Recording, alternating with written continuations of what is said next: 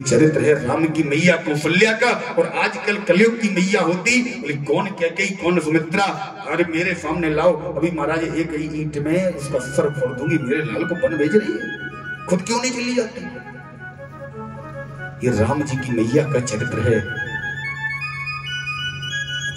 जैसे ही महाराज लक्ष्मण जी ने सुना, लक्ष्मण जी दौड़कर आए, बोले भैया कहां जा रहे हो।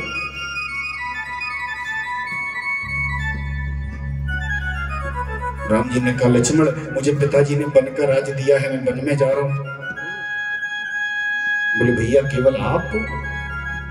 राम जी ने कहा लक्ष्मण मैं तुझे यहां छोड़ जाता, अकेला चला जाता, लेकिन मेरे लाल मेरे भाई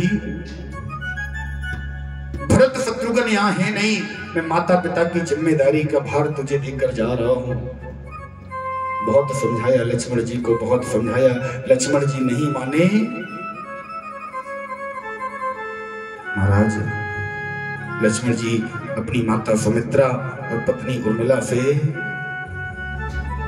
मिलकर तुरंत बलकल वस्त्रों को धारण करके आ गए। जानकी मैया को भी बहुत समझाया, लेकिन जानकी मैया भी मानने को तैयार नहीं है।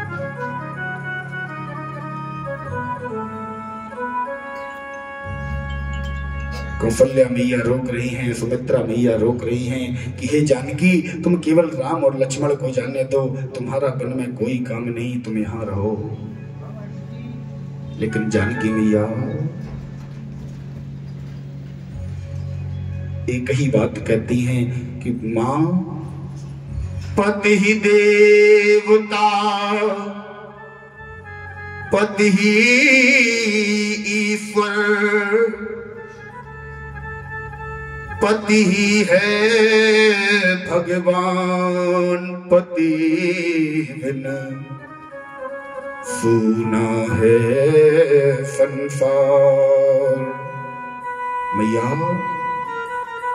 मेरे राम जी के बिना इस दासी का जीवन व्यर्थ है, इसलिए इस दासी का केवल एक ही कार्य है, पति की सेवा करना, रघुवर की सेवा करना। इसलिए मैया मुझे राम जी के साथ जाने दो।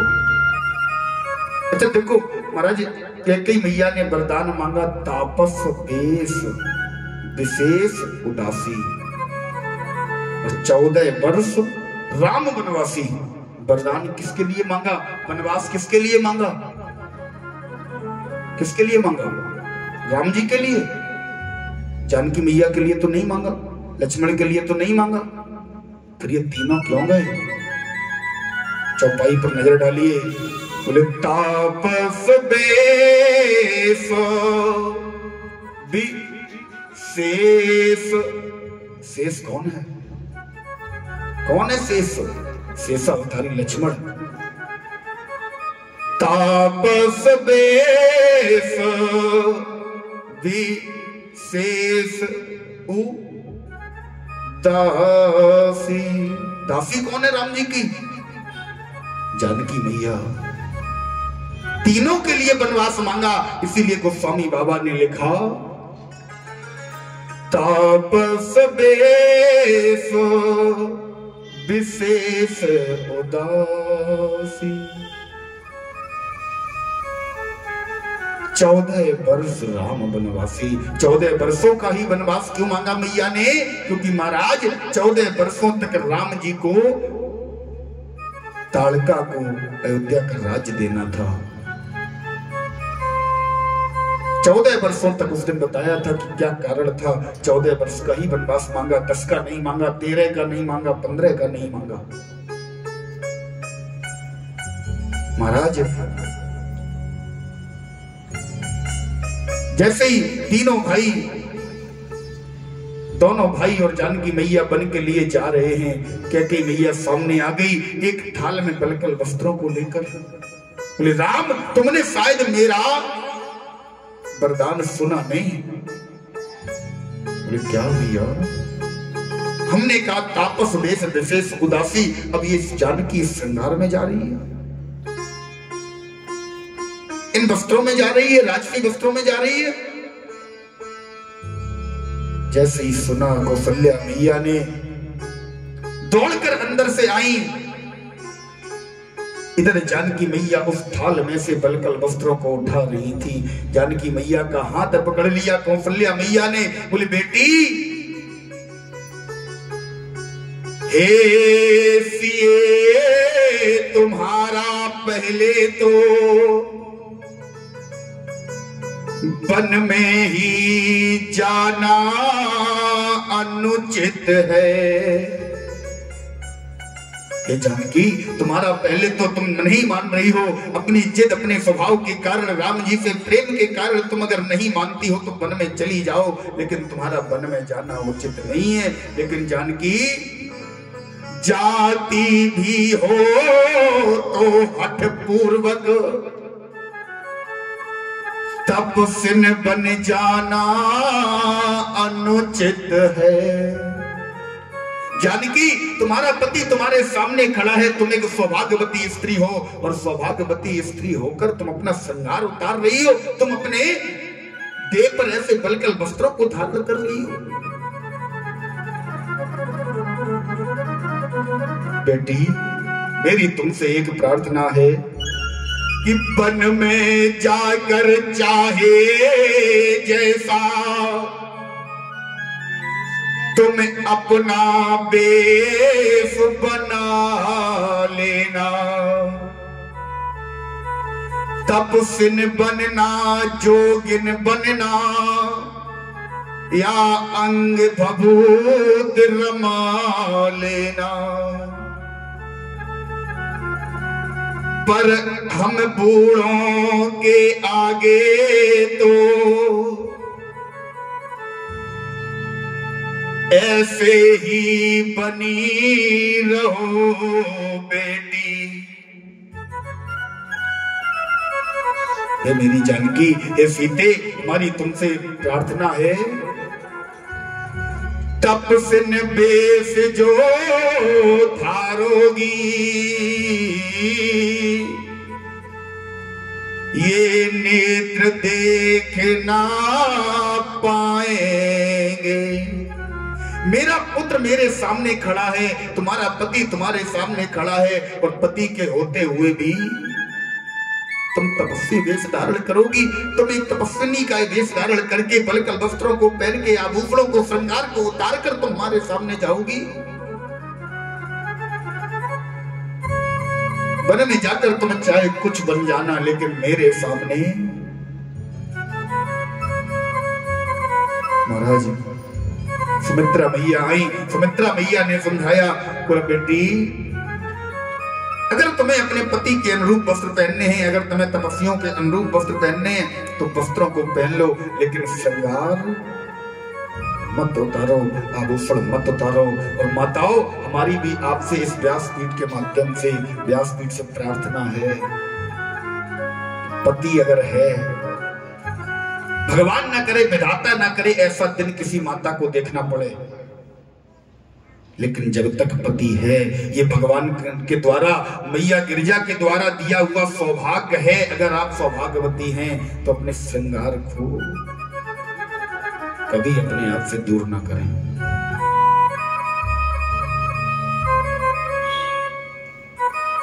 अगर आपको श्रृंगार करने में ऊंचे बोल रहा हूं, बड़ी बात बोल रहा हूं, माफ करना, अगर आपको श्रृंगार करने में शर्म आती है या श्रृंगार करने में आपको आलस लगता है, तो परमात्मा से प्रार्थना करो कि महाराज, मुझे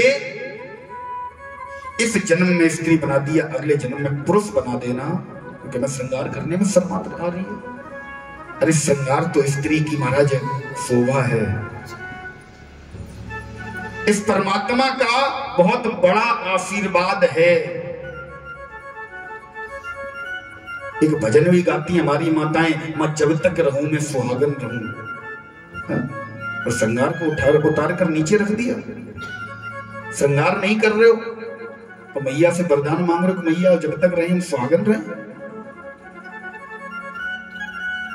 इसलिए व्यास मंच के माध्यम से प्रार्थना है, आप सब अपने बालक को कि इस प्रार्थना को स्वीकार कर लेना, सौभाग्यवती होते हुए भी अपने श्रृंगार को दूर मत करना। बहुत बड़ा अपशगुन माना जाता है, ये बहुत बड़ा। महाराज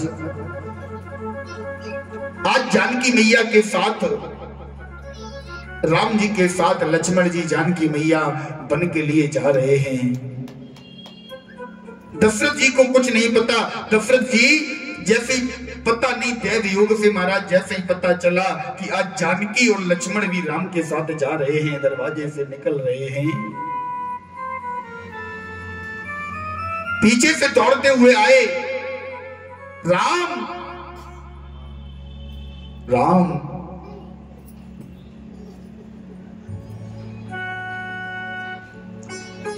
रुक जाओ, राम राम रुक जाओ।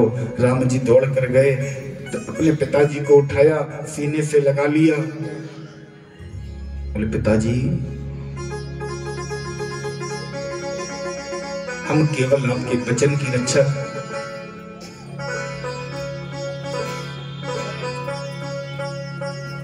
हम केवल आपके वचन को निभाने के लिए,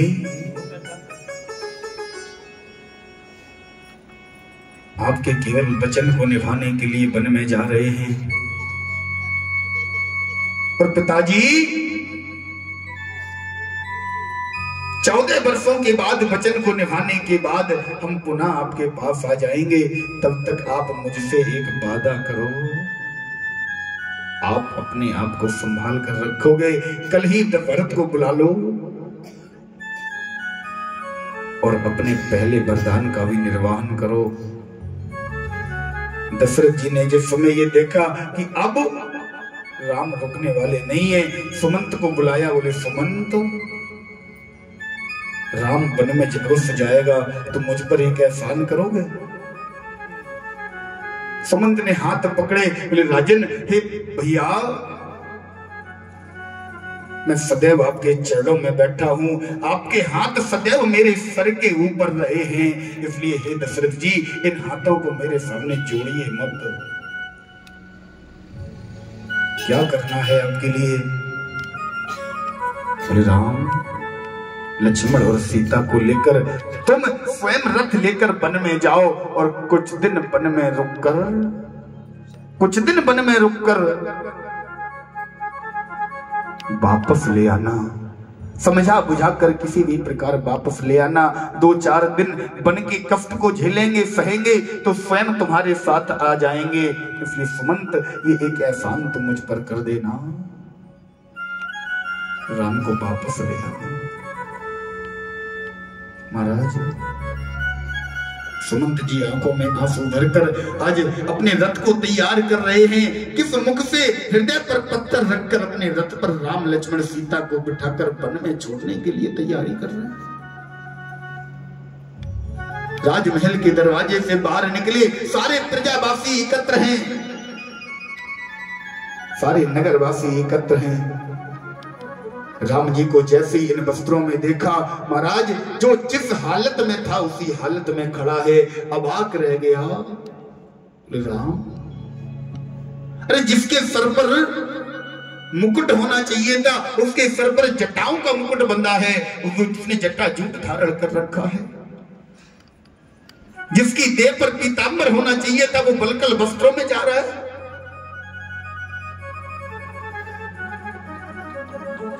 राम जी ने सबके हाथ जोड़े, सबको समझाया, लेकिन कोई भी प्रजा, कोई भी नगरवासी मानने को तैयार नहीं है। राम जी कहते हैं, हे प्रजावासियों, प्यारी प्यारी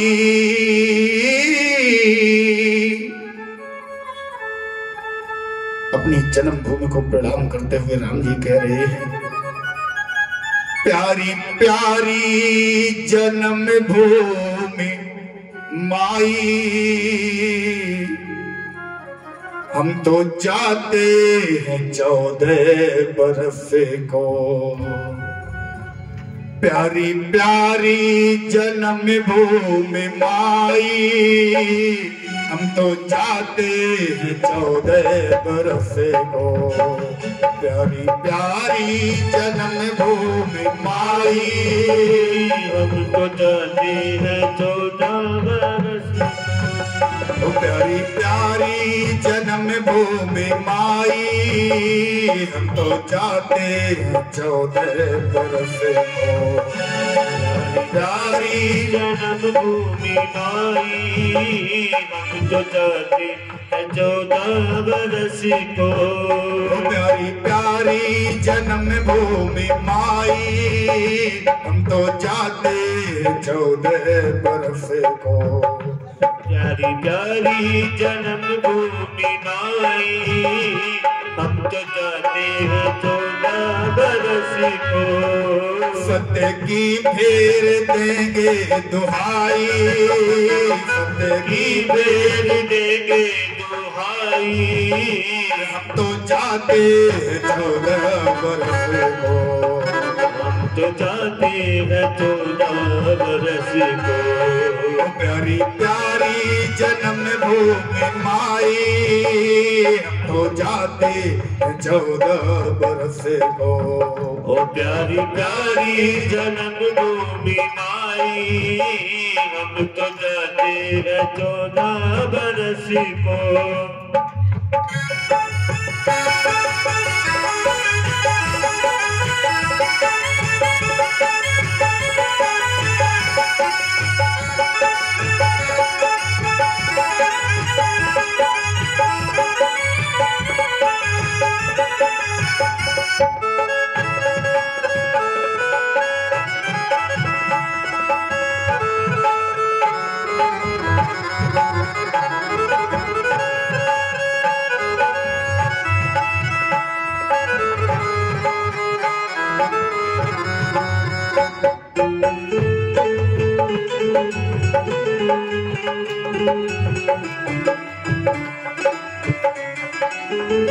राज को काज को हमने छोड़ा, नाता प्यारी प्रजा से है तोड़ा।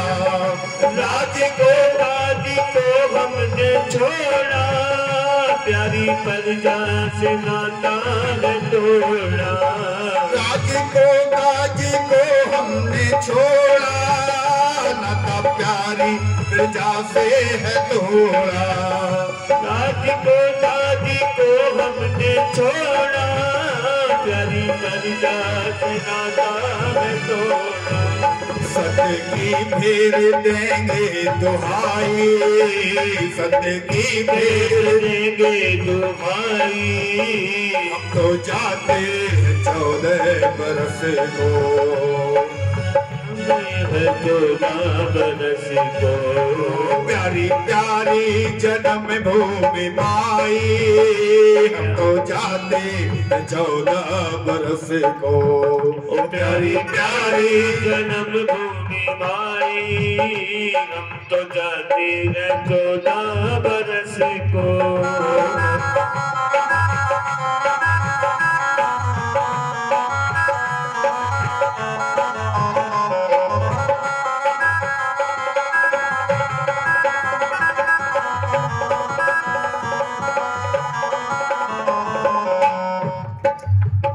प्यारी प्यारी जन्मभूमि माई, हमको चाहते 14 बरस को।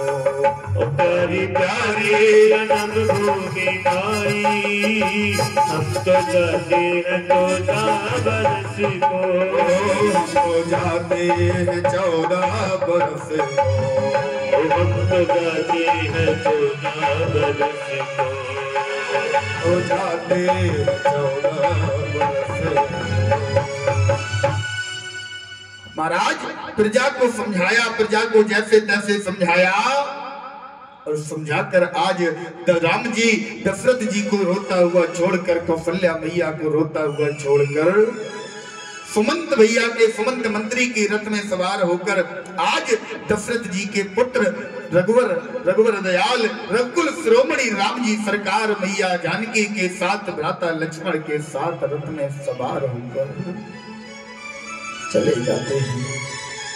श्रृंगवेरपुर पहुंचे। श्रृंगवेरपुर से आगे बढ़कर महाराज एक मित्र मिला, निषाद राज से मित्रता हुई और अंतोगत्वा निषाद राज के नगर में निषाद राज से मित्रता करके निषाद राज को समझाकर सुमंत जी को समझाकर वहीं से विदा कर दिया। बोले सुमंत जी आप कुछ भी कहो, हम आपके साथ लौटने वाले नहीं है, हम आपके साथ वापस नहीं जाएंगे। क्यों? क्योंकि रघुकुल रीत सदा चले आई, प्राण जाई पर वचन न जाई। महाराज रघुकुल रीत, और जिस भरत के लिए महाराज राम जी से वरदान मांगा गया, प्रजावासी कह रहे थे बताओ भरत कितना अभागा है। महाराज राम जी को 14 वर्षों का वनवास दिलवा दिया। उसी भरत के लिए राम जी के हृदय में विचार क्या है पता है? जब राम जी महाराज बिना पादुका के जा रहे हैं, पीछे पीछे लक्ष्मण, बीच में जानकी मैया चल रही हैं। राम जी जिस समय जा रहे हैं तो राम जी के पैर में एक कंकड़ चुभ गया। कंकड़, राम जी ने उस कंकड़ को उठाया, पृथ्वी मैया से हाथ जोड़कर कहा पृथ्वी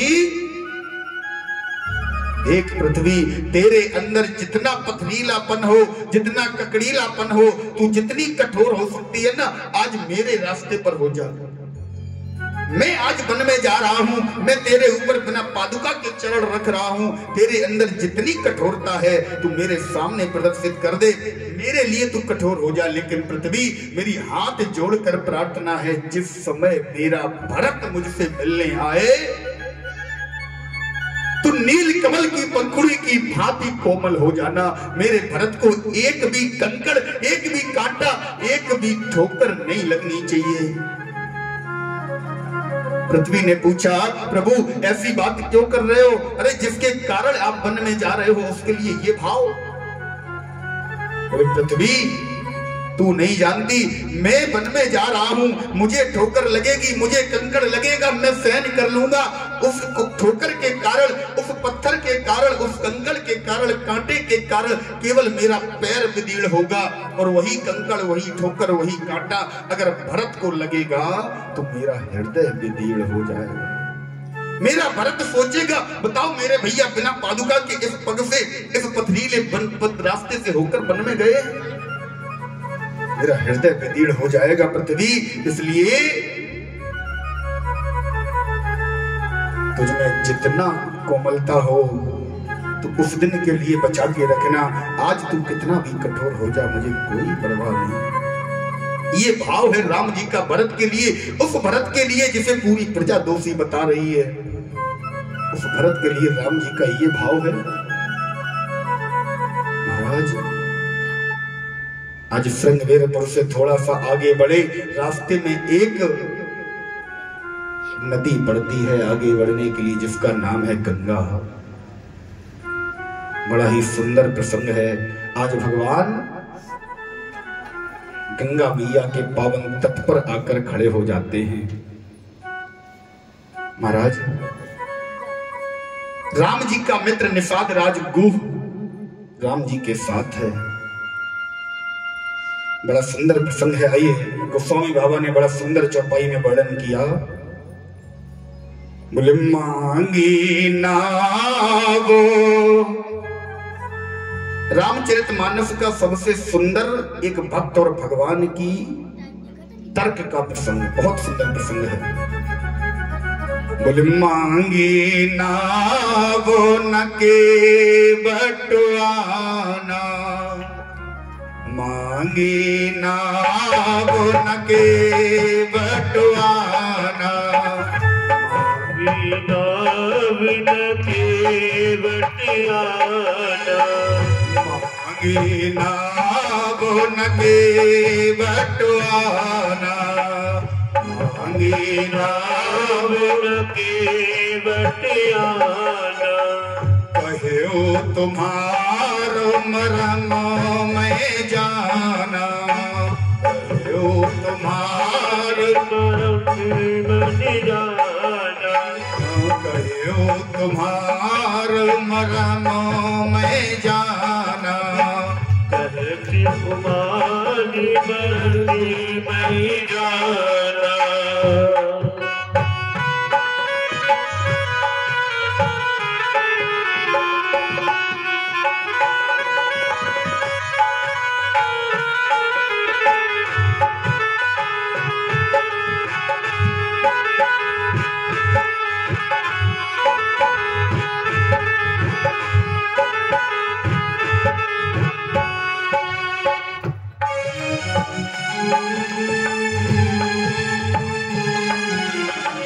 मांगी नाव न केवट आना, मांगी नाव न केवट आना, कहे तुम्हार मरम में जाना, मांगी नाव न केवट आना, मांगी नाव न केवट आना।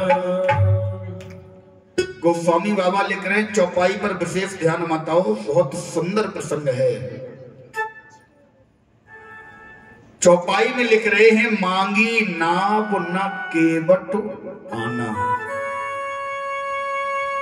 इस चौपाई को दो भागों में देखो विभक्त करते हैं, दो भागों में डिवाइड कर रहे हैं। पहले लिखा है मांगी नाव, ना केवट आना। ना शब्द से चौपाई को इधर रखें अगर, बोले मांगी नाव ना, तो क्या अर्थ होगा? नाव नहीं मांगी, केवट आना, केवट दौड़ के आया, बोले भैया राम जी सरकार हम ही हैं, हमें ही पार करना है। अब ना को उधर कर दो, बोले मांगी नाव, नाव मांगी, ना केवट आना, और केवट नहीं आ रहा। अच्छा, अगर राम जी ने नाव मांगी तो राम जी को नाव मांगने का अधिकार नहीं है। क्यों नहीं है? बोले क्षत्रिय मर सकता है लेकिन मांग नहीं सकता। क्षत्रिय मर जाएगा लेकिन मांगेगा नहीं। अब आप कहेंगे कि राम जी क्षत्रिय है ही नहीं, राम जी बलकल वस्त्र में है, तपस्वी का वेश बनाए हैं, वन में है, तपस्वी का वेश बनाए हैं, साधु का वेश बनाए हैं, और साधु की कोई, संत की कोई जात ही नहीं होती, संत की कोई जात नहीं होती। एक संत, एक कन्या, कन्या की कोई जात नहीं होती, संत की कोई जात नहीं होती, और एक और ऐसे लोग हैं जिनकी कोई जात नहीं होती महाराज। किनकी पता है? एक ही गिलास में चाहे किस जाति का हो वो सब पी लेते हैं, एक ही गिलास में। समझे? नहीं समझे? समझ गए? एक ही गिलास में शाम को चौक पे खड़े होके चार बंदे, कोई किसी भी जात का हो, एक ही क्वार्टर में सब पी लेते हैं। इनकी भी कोई जात नहीं होती नशा करने वालों की। हाँ, साधु की कोई जात नहीं, कन्या की कोई जात नहीं, नशेड़ियों की कोई जात नहीं। चलो हम मान लें एक बार के लिए कि राम जी सरकार संत वेश में हैं, क्षत्रिय नहीं माने तो इसलिए नाव मांगी। लेकिन जब राम जी सरकार ने खरदूषण जब सामने आए तो राम जी सरकार ने खरदूषण से कहा, हे खरदूषण, हमारे देश को मत देख लेना, बिल्कुल पंडित ही मत समझ लेना, हाँ बिल्कुल बाबा जी मत समझ लेना, साधु मत समझ लेना। हम कौन है जानते हो? बोले हम क्षत्रिय मृगयावन कर रही, तुमसे खल मृग खोजत फिर रही। राम जी सरकार स्वयं कह रहे हैं, खरदूषण, हमें संत मत समझ लेना, हम क्षत्रिय हैं, क्षत्रिय।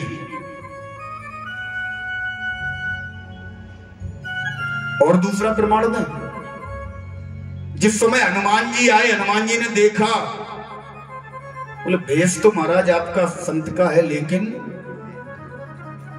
को तुम श्यामल गौरे शरीरा, क्षत्रिय रूप फिरो बनवीरा। तुम कौन हो? तुम्हारा शरीर देखकर, तुम्हारे अंगों की बनावट देखकर तो ये नहीं लगता कि तुम ब्राह्मण हो। उभरा हुआ मस्तक, बड़े बड़े नेत्र, हाथ में तुम्हारे महाराज पीठ पर तरकस, हाथ में धनुष, ये तो क्षत्रियों का वेश है, तुम क्षत्रिय हो। हनुमान जी स्वयं कह रहे हैं राम जी से कि तुम क्षत्रिय हो। अब राम जी क्षत्रिय तो फिर नाव काहे मांगी? चलो नाव मांगी वो बात ठीक है, केवट क्यों नहीं आ रहा?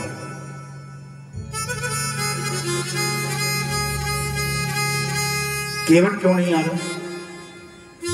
और नाव मांगी तो छतरी होने के बाद नाव क्यों मांगी? इसका भी एक कारण है, जानते हैं आप लोग? कारण क्या है? बोले राम जी मर्यादा के लिए डर रहे हैं। किसी ने कहा राम जी गंगा जी जो है ना वो केवल घुटने तक हैं, ऐसा करो पार हो जाओ। ये वही राम जी हैं। कौन? बोले पग पाताल शीस अजधामा अपर लोक अंग अंग विश्रामा। जब राजा बलि के दरवाजे पर गए मांगने बामन का स्वरूप लेकर, तो महाराज एक ही पग में सब कुछ नाप लिया। वही राम जी हैं, आज केवट के सामने हाथ जोड़कर खड़े हैं। बोले भैया केवट नाव ले आओ। क्या छोटी सी गंगा पार नहीं कर सकते? तब एक लांग में ही पूरा तीनों भवन और 14 भवन तीनों लोग नाप लिए 3 पग में। और आज छोटी सी गंगा मैया, अरे बहुत ज्यादा होंगी, 20 फीट 50 फीट लांग जाते। बोले अकेले होते तो लांग जाते। और फिर साथ में जानकी मैया भी हैं।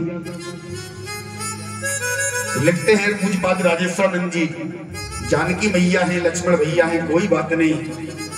बोले सिए को उठाए गोद ले लेते, सिए को उठाए गोद ले लेते, सिए को उठाए गोद ले लेते, पे उठाए उठे कर देते, इधर उठाए उधर कर देते, इधर उठाए उठे कर देते, इधर उठाए उधर कर देते।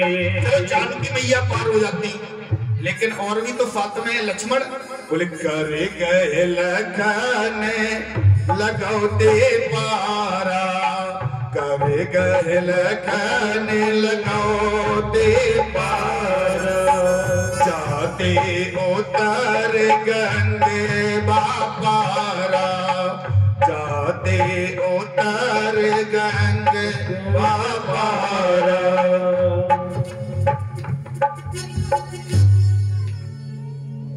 क्या करते? बोले सिए को उठाए गोद धर लेते। जानकी मैया को गोद में उठाते। बोले जानकी मैया को गोद में उठा लेते, चलो ठीक है। लक्ष्मण कर गए लखन, कर माने हाथ, गए माने पकड़ना, कर गए लखन लगौते पारा, पार हो जाते। लेकिन फिर भी केवट को भाव दे रहे हैं, केवट के भाव बढ़ा रहे, नाव मांग रहे हैं। क्यों मांग रहे? राम जी ने विचार किया। क्या विचार किया? बोले हम मर्यादा पुरुषोत्तम के अवतार में आए हैं, हमारा जन्म हुआ है रघुकुल में, अर्थात भानु वंश में, सूर्य वंश में। सूर्य वंश में हमारा अवतार हुआ है। सूर्य के वंशज होने के नाते से ऊपर सूर्य भगवान जो बैठे देख रहे हैं ना हमें, ये हमारे परदादा हैं। सूर्य के वंश में हमने अवतार लिया, तो सूर्य हमारे कौन है? वे परदादा। और परदादा के सामने कोई बालक अपनी स्त्री को, अपनी घरवाली को गोद में उठा ले, ये तो मर्यादा नहीं है। आजकल की तो है, लेकिन राम जी के समय की नहीं है, आजकल की तो है। महाराज हमारे पूर्वज बताते हैं, एक ऐसा समय था जिस समय माँ बाप अपने माता पिता के सामने अपने बालक को गोद में खिला नहीं सकते थे। शर्म आती थी, मर्यादा थी। अगर बालक रो रहा है तो रोते हुए बालक को माँ बाप अगर सामने बैठे तो बालक के माँ बाप, अगर दादी और दादा सामने बैठे हैं तो उसका पिता उस बालक को गोद में नहीं लेता था। दादी दादा खिलाएं, और आज के समय में दादी दादा तुम्हारे मुंह से ताकते हैं कि 2 मिनट के लिए बेटा मिल जाए गोद में बैठा के खिला लें। जब मम्मी पापा छोड़े तब तो फुर्सत मिले। मर्यादाएं थी, आज से 20 वर्ष पहले मर्यादाएं थी, 20 वर्ष में मर्यादाएं कहां चली गई?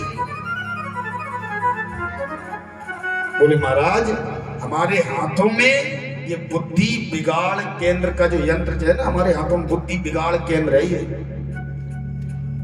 जिसे हम बिल्ली के बच्चे की तरह 24 घंटे चिपका के रखते हैं। हम औरों की क्या कहें, हम खुद ही देखो कथा कह रहे हैं लेकिन पास में ही रखा है।